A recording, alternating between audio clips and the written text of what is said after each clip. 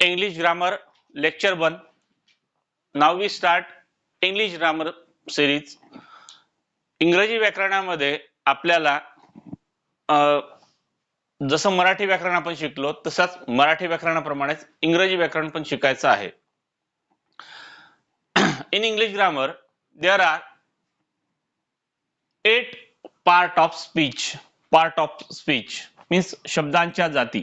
जसं मराठीमध्ये शब्दांच्या जाती शिकलो तसंच या ठिकाणी याला पार्ट ऑफ स्पीच म्हटलं जातं. Part of speech. Which are the part of speech? Noun, pronoun, adjective, verb, adverb, preposition, conjunction and interjection. These are the 8 part of speech. आता यामध्ये एक एक भाग आपल्याला एक्सप्लेन करून शिकायचा आहे, एक्सप्लेन करून समजून घ्यायचा आहे. परीक्षेमध्ये जेव्हा प्रश्न येतात तर कशा पद्धतीचे प्रश्न येतात त्याचा पण सराव आपण करणार आहोत. इंग्लिश ग्रामर मध्ये आपल्याला या 8 भागांचा डिटेल स्टडी केल्यानंतर त्यावरून होणारे प्रश्न कशा प्रकारचे प्रश्न येतात ते आपण इथे समजून घेणार आहोत. First part of speech is a the noun. The noun. Noun means नाम. Noun. जसं मराठी ग्रामर मध्ये आपण शिकलो की नाम म्हणजे प्रत्येक गोष्टीला जे दिलेलं नाव असतं त्याला आपण काय म्हणतो नाम म्हणतो. ओळखण्यासाठी जी खून केली असते.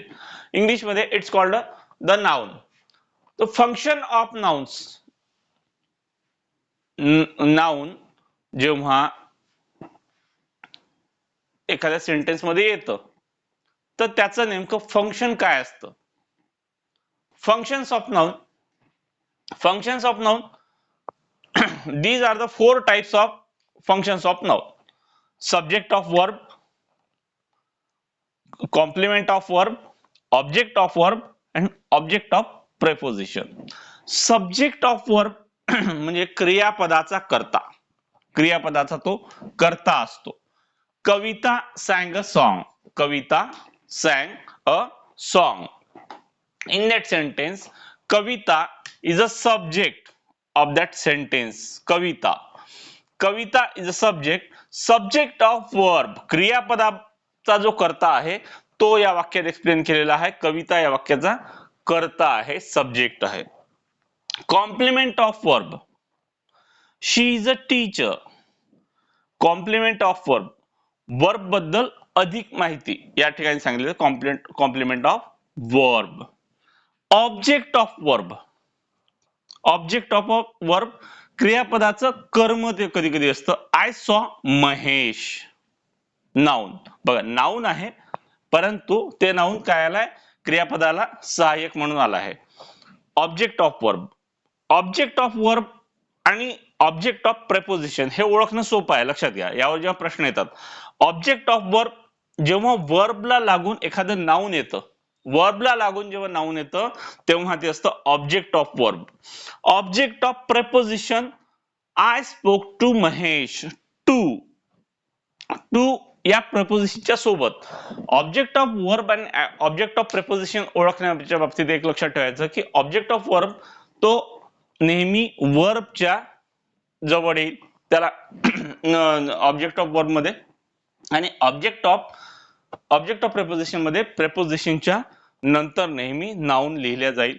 पण इथे जेव्हा नाउन लिहिलं जातं तेव्हा हे नेहमी एकवचनी मध्येच असतं. नाउन लिहित असताना ते नेहमी सिंग्युलर फॉर्म मध्येच लिहिलं जातं, एकवचनी फॉर्म मध्येच लिहिल्या जात असतं. काही उदाहरणं पाहू याच्यावरचे. फंक्शन्स ऑफ नाउन वरचे आपल्याला उदाहरणं बघायचे आहे. बघा अ बॉय ड्रीव्ह अ पिक्चर. कोणता प्रकार होईल? Subject of verb, complement of verb, object of verb की ऑब्जेक्ट ऑफ प्रेपोजिशन कोणता होईल? आता सांगितलं अ बॉय ड्रीव्ह अ पिक्चर. क्रियापदाच्या जवळ जेव्हा आलाय बघा काय आहे object of verb. This is object of verb. Prasad finish the work. Prasad finish the work. Prasad काय इथे मेन सब्जेक्ट आहे. Then subject of verb. Subject of verb. This is a danger. कोणत्या प्रकारचं वाक्य आहे बघा. Complement of verb, complement of verb. She went to Pune, हे सोपं आहे ओळखणं. She went to Pune, object of preposition to Pune. She gave the prince a bag of seeds, complement of verb. तर हे जे सेंटेन्स असतात, या सेंटेन्स मध्ये अशा प्रकारचे फंक्शन हे येतात, प्रश्न येतात. फंक्शन्स ऑफ नाउन विचारलं असते की यामध्ये नेमकं नामाचं कार्य काय आहे, फंक्शन काय आहे, नाउनचं फंक्शन काय आहे. तर नाउनचं फंक्शन जे आहे ते असे 4 प्रकारांमध्ये एक्सप्लेन केलेलं आहे. Subject of verb, complement of verb, object of verb and object of preposition. These are the 4 function of noun. 4 function of noun. Then next part, kinds of noun. Kinds of noun, नामाचे प्रकार. जसं आपण शिकलो आहे मराठीमध्ये सामान्य ज्ञान, सामान्य नाम, विशेष नाम, समूहवाचक नाम, हेच भाववाचक नाम, हेच प्रकार इकडे इंग्लिश मध्ये आहे. बाकी काहीच फरक नाही आहे. Kinds of noun, these are the 5 types of kinds of noun. 5 kinds of noun: proper noun, common noun, collective noun, material noun and abstract noun. Proper noun is a proper name of country, proper name of people, proper name of thing. This is it's called a proper noun. Proper noun, let's say India, Ganga. These are the proper noun. Proper noun म्हणजे विशेष नामं, अशी नामं की जे एका particular व्यक्तीला, particular घटकाला दिलेली असतात, ती झाले प्रॉपर नाउन. देन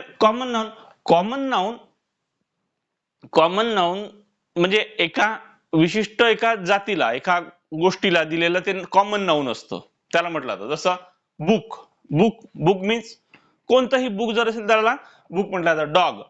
डॉग म्हणजे कुठलाही डॉग असेल, काळा पांढरा कसाही जर असेल डॉग, त्याला डॉग म्हटलं जातं. Pen.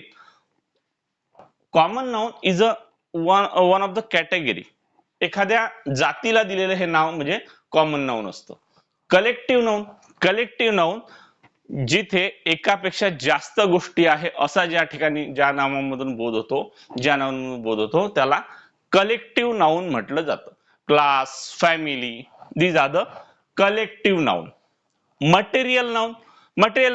Material things, name of the material things: paper, water, soil, salt.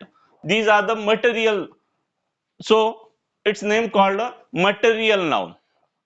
Then abstract noun. म्हणजे भाववाचक नाम. These are the thing not a visible. हा आपण पाहू शकत नाही, दिसत नाही, अशा ज्या गोष्टी असतात पण त्यांना नावं दिलेली असतात, this called a abstract noun. Kindness, truth, bravery, these are the abstract noun. Now repeat it again. There are 5 kinds of noun: proper noun, common noun, collective noun and material noun. Proper noun means विशेष नाम, विशिष्ट एका घटकाला दिलेलं नाम. Common noun, these are the collective of एका जातीचं नाव. Collective noun समूहदर्शक नाम. Material noun means any of the material. Abstract noun भाववाचक नाम, जे दिसत नाही पण त्याला नाव दिलेलं आहे. These are the abstract noun. लक्षात आले असतील, काइंड्स ऑफ नाउन समजले असतील. Function of noun and kinds of noun, 2 घटक आपण बघितले. फंक्शन ऑफ नाउन समजले. These are the 4 functions of noun, function of noun and 5 kinds of noun. Then in any sentence, proper noun used as a common noun. Proper noun used as a common noun. जसं आपण याच्यामध्ये बघितलं इथे मराठीमध्ये की विशेष नाम हे सामान्य नामाचं काम करतात, तसंच याच्यामध्ये पण आहे की याच्यामध्ये प्रॉपर नाउन कधी कधी कॉमन नाउनचं काम करतं. Proper noun, Kalidas is a Shakespeare. बघा या ठिकाणी शेक्सपियर एक प्रॉपर नाउन आहे, परंतु इथे कसं वापरलं आहे, कॉमन नाउन सारखं. आता ज्यावेळी प्रॉपर नाउन कॉमन नाउन म्हणून वापरला जातो, त्यावेळी त्याला ए एन दी लावलं जातं त्याच्या सुरुवातीला. आणि नाउन वापरत असताना म्हणजे प्रॉपर नाउन कॉमन नाउन सारखं वापरत असताना त्याला अनेक वचनी फॉर्म मध्ये पण लिहिलं जातं. बघा, Kalidas is a Shakespeare, a लावला. Kalidas is the Shakespeare of India. There are many Kumbhakarnas in our class. Kumbhakarna is a proper noun, but in that sentence use as a common noun. So Kumbhakarnas s त्याला लावलेला आहे. Proper noun use as a common noun. हा, common noun, when the common noun used in sentence, जेव्हा common noun एखाद्या वाक्यामध्ये वापरलं जातं, common noun वापरत असताना त्याला ए एन लावलं जातं. परंतु जेव्हा रिपीट एखाद्या वाक्यामध्ये कॉमन नाउन, तेच कॉमन नाउन पुन्हा रिपीट त्या वाक्यामध्ये येतं, तेव्हा त्याला ए ऐवजी द लागतो. बघा, I saw a boy, I saw a boy, I saw a boy, the boy was mad. बघा, जेव्हा बॉय हे नाउन, हे कॉमन नाउन जेव्हा पुन्हा वापरला गेला आहे, तेव्हा ए च्या ऐवजी वापरला आहे द वापरला आहे. The boy who is standing on the road is mad. These are the common noun. Collective noun आपण आधीच बघितले. कलेक्टिव्ह नाउन जिथे आपल्याला एकापेक्षा जास्त गोष्टींचा बोध होतो. Army, gross, bundle, crowd, mob, these are the collective noun. Material noun नेहमी एक वचनी रूपात लिहिलेलं असते आणि त्याचे नावापूर्वी ए एन वापरलं जातं. एकापेक्षा अधिक विशेषण जर वापरले तर ते अनेक वचनी वापरलं जातं. बघा, in its steel clear water reflect the blue sky. In its steel clear waters. आता वॉटर्स लिहिलेलं आहे. वॉटर हे एक मटेरियल नाउन आहे. वॉटर ला काय केलेलं आहे तर वॉटर्स केव्हा केलं जातं की एकापेक्षा जास्त विशेषणे तिथे लागलेली असतात. एकापेक्षा जास्त विशेषणे जर लागली तर नाउनला इथे अनेक वचनी रूपामध्ये लिहिलं जातं. In it still clear waters reflect the blue sky. A milk bag, a petrol tank. बघा, या ठिकाणी ए लावलेला आहे. 3 लिटर वॉटर, 3 लिटर वॉटर. आता इथे लिहित असताना जेव्हा विशेषण जे लिहिलं जातं, इथे जर असेल 3 लिटर्स वॉटर, तर हे सेंटेन्स चुकीचं होईल. लिटर्स हे जे मीटर हे आहे म्हणजे पॅरामीटर आहे याचं, लिटर्स न लिहिता इथे लिटरच लिहावं लागतं, कारण इथे 3 लिटर सांगितलेलं आहे.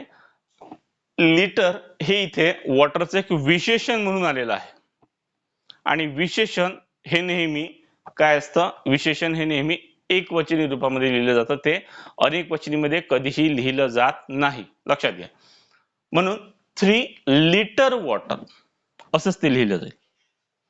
इथे जसं आपण पाहिलं की नाउनला जेव्हा एस केव्हा लावला, नाउनला अनेक वचनी केव्हा केलं की एकापेक्षा जास्त विशेषण. विशेषण इथे तुम्हाला अनेक वचनी दिसणार नाही, विशेषण अनेक वचनी नसतात. विशेषण हे नेहमी एक वचनी रूपामध्येच वापरलं जातं आणि विशेषण जेव्हा एक वचनी रूपामध्ये वापरलं जातं, एकापेक्षा जर जास्त असेल तर नाउनला आपण काय करतो, एस लावत असतो. इथे लिटर्स लिहिण्याची आवश्यकता नाही, फक्त 3 लिटर वॉटर. लक्षात येते. बघा पुढचा प्रकार abstract noun. Abstract noun quality, honesty, wisdom. Quality एखाद्याचं गुण दर्शवतात, क्वालिटी. स्टेट स्थिती दर्शक आणि ऍक्शन कृती दर्शक. ऑनेस्टी, विजडम एखाद्याच्या क्वालिटी दर्शवतात, गुण दर्शवतात. पॉवर्टी, फ्रीडम एखादी स्थिती दर्शवतात. ऍक्शन कृती दर्शक मुवमेंट, थेफ्ट. मुवमेंट थेफ्ट हे काय दर्शवतात, या ठिकाणी कृती दर्शवतात. म्हणजे ऍबस्ट्रॅक्ट नाउन असे नाउन असतात की जे दिसत नाही, कुठल्या दिसणाऱ्या गोष्टीला दिलेले नाही, पण त्या गोष्टी असतात, त्या गोष्टींना आपण संबोधन करतो. असे भाववाचक जे नाम असतात त्यांना ऍबस्ट्रॅक्ट नाउन म्हटलं जातं. तर नाउन हा पार्ट आपण या ठिकाणी बघितला. नाउन मध्ये functions of noun, kinds of noun, kinds of noun समजून घेतले, फंक्शन्स ऑफ नाउन समजून घेतले, आणि proper noun use as a common noun कसं होतं, प्रॉपर नाउन कॉमन नाउन मध्ये वापरत असताना त्यामध्ये काय बदल होतो, काय नियम असतात ते आपण बघितलं. Common noun, collective noun, material noun and abstract noun हे नामाचे सगळे प्रकार आपण याच्यामध्ये बघितले. तर यामध्ये आपल्याला कलेक्टिव्ह नाउनची काही यादी आहे. कलेक्टिव्ह नाउन जे आहे, कलेक्टिव्ह नाउनची एक यादी तुम्हाला यामध्ये प्रोव्हाइड केली जाईल, कलेक्टिव्ह नाउन आणि ऍबस्ट्रॅक्ट नाउनची. तर हा भाग आधी नोट डाऊन करून घ्या आणि त्याच्यानंतर आपण पुढचा भाग याच्यामधला कंटिन्यू करणार आहोत.